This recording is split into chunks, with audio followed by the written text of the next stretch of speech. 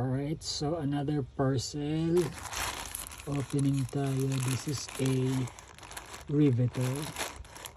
So tipid tips, kung may mga coins na kinokollect or any voucher din sa online store na binabibilhan mo,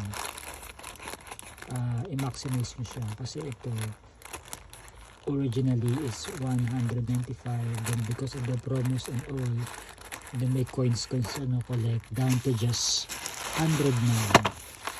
And this is a good quality na rin naman kasi tingin ko ang kapak na to one of the tested na na high quality rin.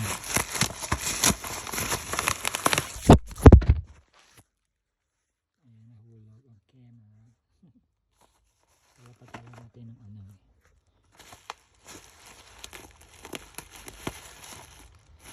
ito yung selfish tip.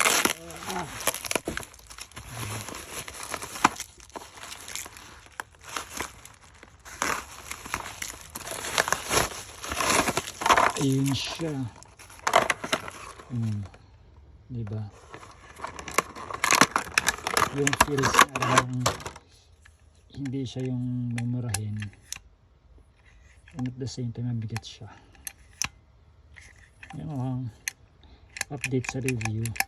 And then comment kayo if you would like to know kung saan store ko binili. Bye bye!